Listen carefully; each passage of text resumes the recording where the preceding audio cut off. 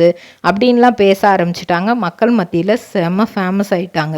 அதுக்கப்புறம் 2024 மெய்யழகன் அப்படிங்கிற படத்தில் அரவிந்த் சாமிக்கு தங்கச்சியாக நடிக்கிற வாய்ப்பு கிடைக்கிது. ரொம்ப வருஷம் கழித்து அரவிந்த் சாமி தன்னோட கூட பிறந்த தங்கச்சி இல்லை, மாதிரி சித்தப்பா பசங்க அந்த மாதிரி பெரியப்பா பசங்க அந்த மாதிரி தங்கச்சி தான் அவங்க.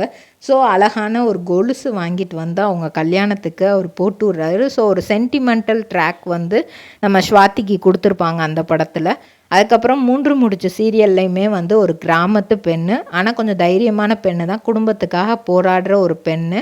இவங்களுக்கும் சூர்யாவுக்கும் வந்து திரும்ப அதே மாதிரி தான் ஒரு டாம் அண்ட் ஜெர்ரி ட்ராக் தான் போயிட்டுருக்கும். இவங்களுக்கு பிடிச்சது அவருக்கு பிடிக்காது, அவருக்கு பிடிச்சது ட்ரிபிள் ஆர் ட்ரேடிங் கம்பெனி. எங்களிடம் பாக்குமட்டை தயாரிக்கும் மிஷின் கிடைக்கும். அதற்கான ரா மெட்டீரியல்ஸையும் வருடம் முழுதும் நாங்களே சப்ளை செய்து வருகிறோம். நீங்கள் செய்யும் தட்டுகளை நாங்களே எடுத்துக்கொள்கிறோம். அதற்கான லோன் வசதியும் செய்து தருகிறோம்.